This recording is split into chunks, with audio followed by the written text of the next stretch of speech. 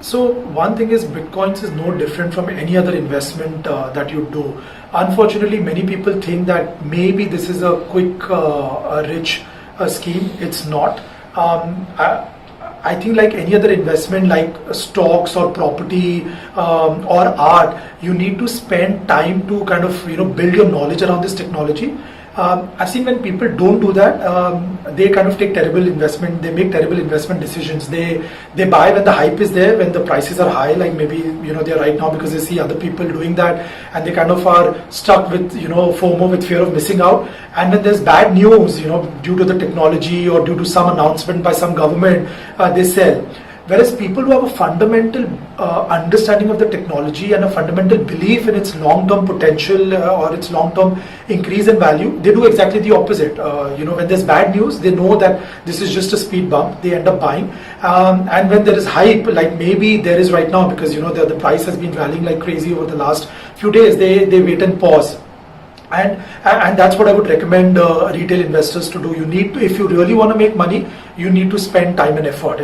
You need to do that. The other thing, because this is a new technology, there are risks involved. There are a lot of things which happen in it from a technology point of view, which even I wouldn't call myself an expert, but some of the best experts cannot predict. There are things like hard forks and you don't need to be an engineer, but you do need to understand this, because these are nuances about this technology, and so you do need to kind of wrap your head around these things. So there can be things that can happen with technology, and of course there are legal and regulatory challenges.